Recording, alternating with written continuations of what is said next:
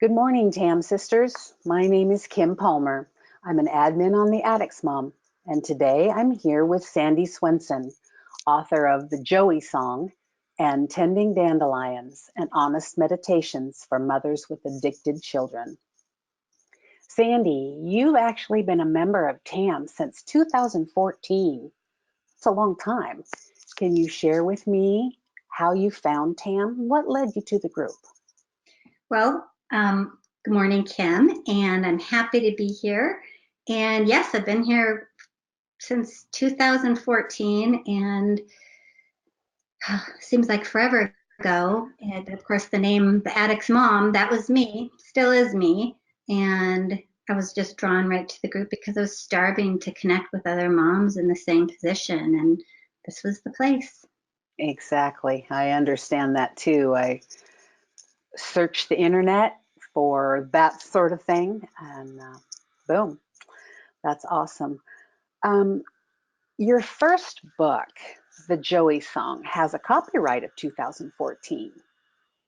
And when I read it, honestly, I didn't even get through the prelude before I thought, this woman has been looking in my windows and seriously crying reading this book. And if you're okay with that, I'd like to read some of those words that impacted me so greatly. Oh, sure. All right, moms, this is from the Prelude, the Joey Song. Maybe I'm fooling myself, but I see a life full of bedtime stories and family dinners, camping and fishing trips, togetherness, and great opportunities. Sure, there were bumps in the road and roads not taken, but there were no ugly ogres or catastrophic events along Joey's way. Everything was so right before it went so wrong, so full and happy and promising before the destroyer of lives slithered in. There's no reason for this tragedy. There's nothing for me to grab onto. There's nowhere for me to put blame. I do, however, see a long string of missed clues. Whatever was happening, whatever was brewing, growing, and looming as Joey's parents, Joe and I didn't notice, even though it happened right before our eyes and under our noses, sort of like not noticing a child's growth spurt until many inches later, or not noticing the chill on the surf on your toes after a long afternoon's tumble of waves.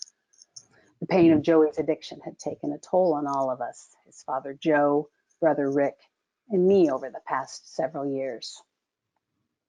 We were like the three blind mice in the fable, trying to identify the elephant in the room by groping our way along the trunk, the tail, and the leg, each of us feeling the truth of our own experience.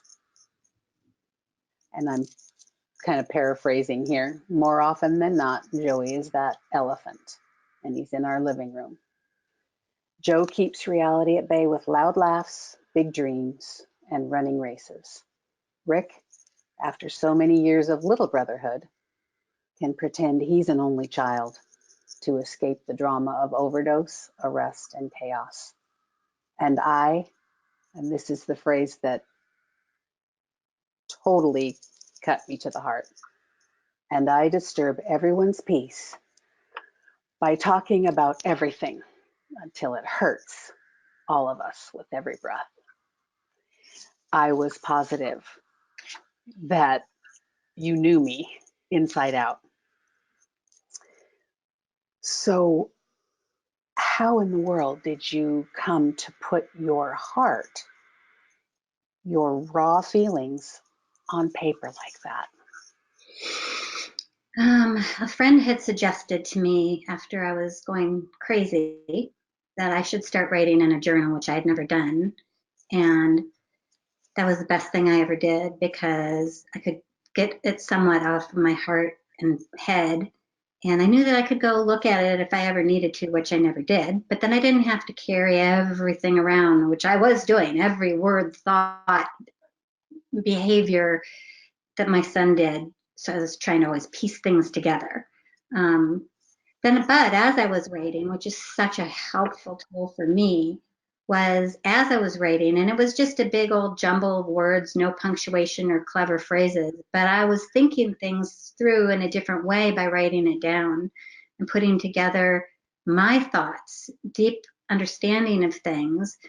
And I realized that all the books that I had read up to this point were written from somebody who'd had their childhood found recovery.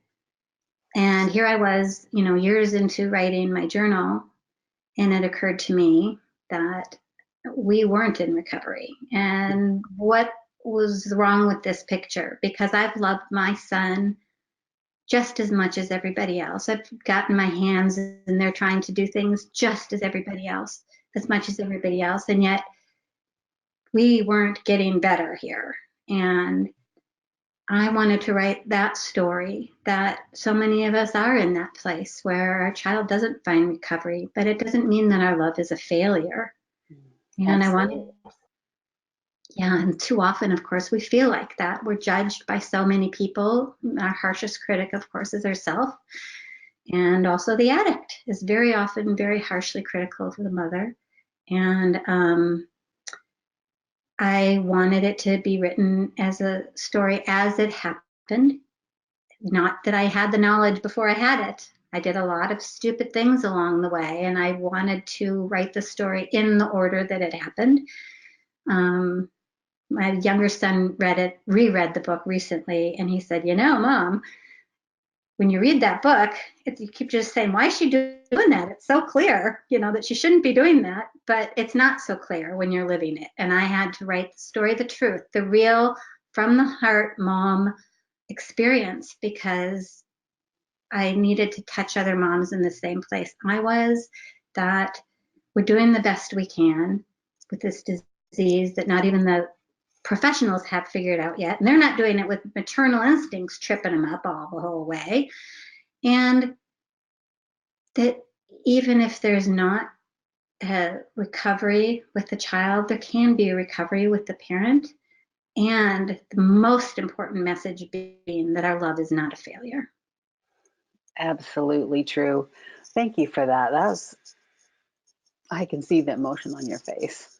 This is a hard subject, and you're right. No matter what we do or how hard we try, we love our kids all the same. So, right now, your situation with Joey, how are you doing with that? How do you cope with stuff? Well, it's been, as you know, it's been a very long journey, and I've learned a lot, and I even more often than not apply what I've learned. Sometimes I don't. And one of those things is coming to terms with the things I control and the things I can't control, and working on my side of things instead of trying to work his side of things. There have been times when I haven't seen or heard from him for a couple of years. Now we've been back in contact again for 2 years, and we talk or text quite regularly, and lots of I love yous are exchanged. I think both of us need those to hang on to. And it really, you never know what's going to happen next. And he knows he's unconditionally loved. He knows that I don't ask about his addiction. He doesn't share. We just talk about whatever we can talk about that's safe. We never agreed to that, in so many words. It's just how it's evolved. And we can have this relationship. He knows he's unconditionally loved. He, of course, knows that we want him to find recovery. But if every time we talked, that's what I talked about, he would shut the door on me again. So I have to accept him where he is.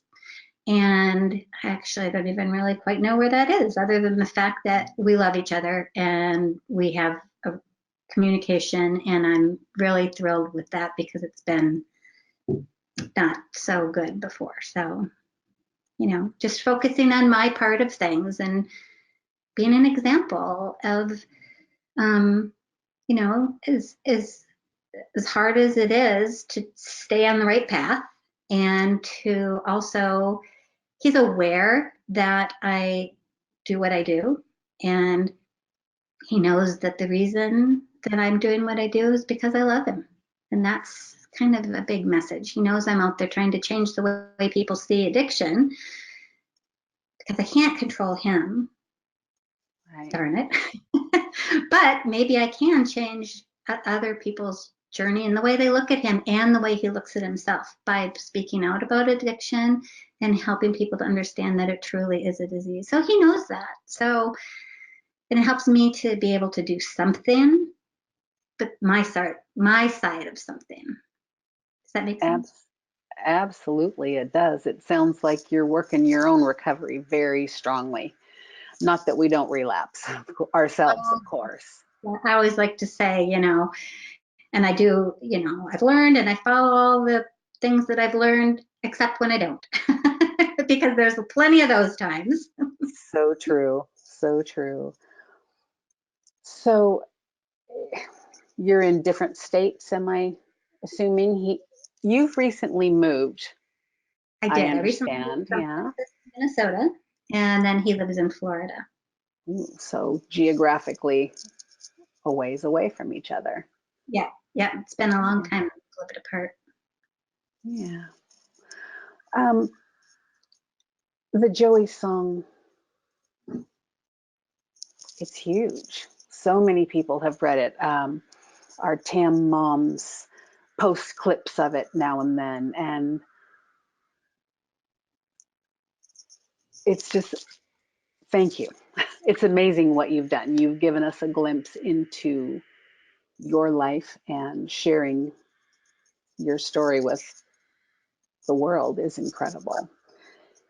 And after the popularity of the Joey song, you went on to pen your daily meditations, tending dandelions. Was that clips from your journal, or did you start all over? How did this second book come to be? A couple of years after I published, maybe within a year after the Joey song was published, I knew I had to write this other book. I could feel it. I had things to say that were now the growth. Ah, The short. This was the Joey song is my story, but it's based on obviously my son's story because they were so intertwined. But tending dandelions is purely a mother's growth. It starts off at the beginning and it's sort of a progression. I've divided it into sections, roots, grow, wilt, nurture, bloom, and scatter goodness. So it's sort of the progression of where I have been as a mom. And I took just one nugget for each segment and just tried to nail down those feelings that we feel, the actions, the thoughts, the road bumps, the healing and the moving forward. So that's purely a, a growth story, a recovery story for the mom of an addict. It's purely the mom side of things. it's awesome. It's very helpful. And again, I don't know if you see those moms will take a picture of a page of tending dandelions and post it. Um, we always try to make sure that you're named on that. Obviously, it's printed material. Um, Hazeled and Betty Ford is huge and very well respected. How did you feel when they picked you up for Tending Dandelions as your publisher? Well, I was thrilled.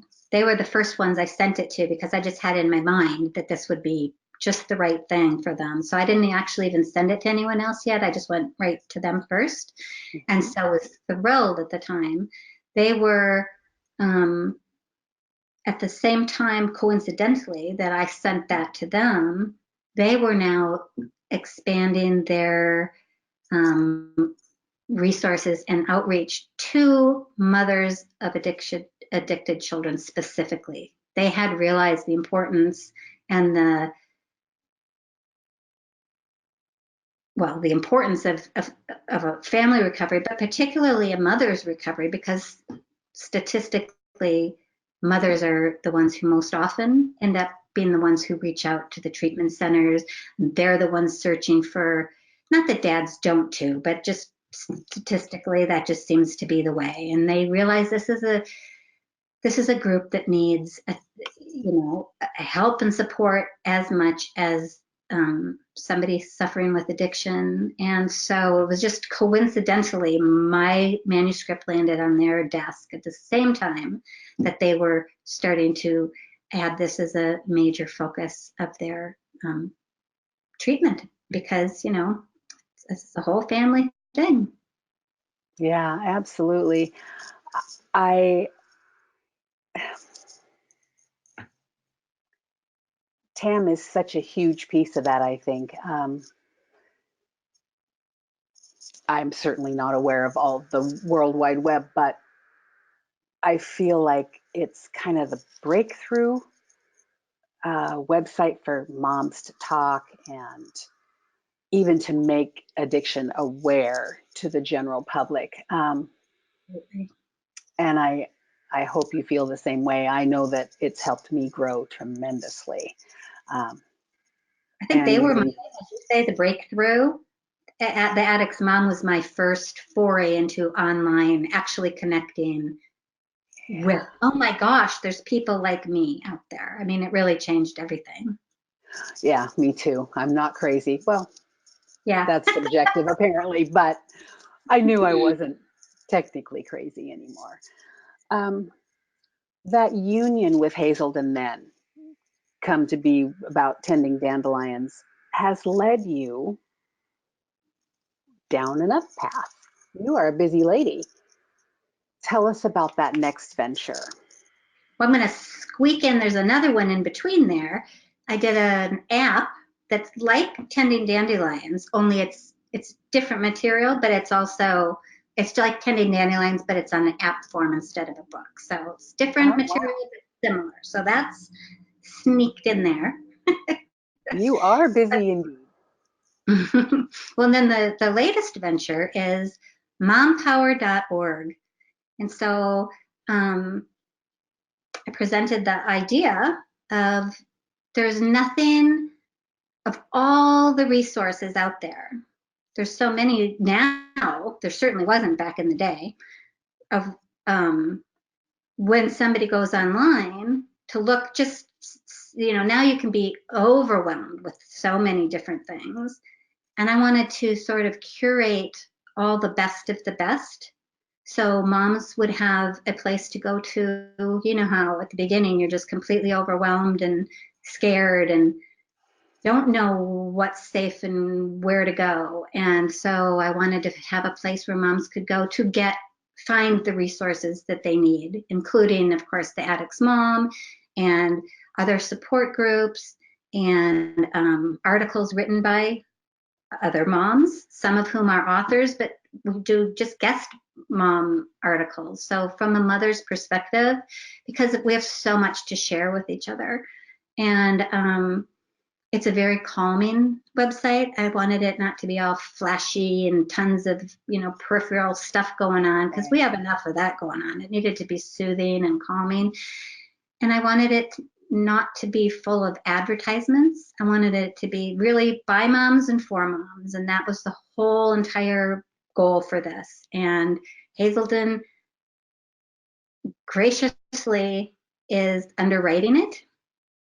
But it is not a Hazelden ad. It's graciously underwritten by them simply because they believe in a healthy mom helps make a healthy addict. So I'm thrilled, just thrilled. And it's a beautiful website, and it's just full of things for moms, groups and resources and podcasts and books and support groups and just all kinds of things, where there's something for every mom on there. And there's, varied different perspectives on there, but so moms can find probably a national calendar of events even is on there. So if anybody has an upcoming anything, retreat, run, rally, convention, they can let us know and I'll put it on the website. So everything that a mom could need might be there for them to find. Wonderful. Like a clearinghouse, so to speak. Yes. Awesome. Yeah. Yeah, a nice hub for them to, and a nice, it feels good when you go to this page. It just feels nice. And it's, as I say, it's by moms and for moms. So everything in there is curated through mom's eyes and heart. Wonderful. We have a lot of that, hearts. Yes. Sandy, I want to thank you for being here with me today. It's so wonderful to see your face live, so to speak, even Yeah, though yeah. we live clear across the country. Um, I really appreciate you taking your time today. And I appreciate all the work you've done to bring addiction out of the shadows and into the light of the normie world so that people become more aware that addiction really is a disease and not a moral failing, as they say. So, again, thank you for the work you've done, the books you've written, um, mompower.org. We'll look into that more. I'm anxious to check it out. So, Well, thank you. Thank you for having me here today. It was nice to actually meet you in person too, because we've sort of chatted back and forth for years. So, we have. so thank you. Thank you very much. And thank you to Addict's Mom for everything, because as you say, you all were my first touch with sanity. So together we are stronger. Together we are stronger. Tam Strong. Sandy, thank you so much. And I hope you have a wonderful day. Thank you. You too. We'll chat soon. Okay. Bye bye. Bye.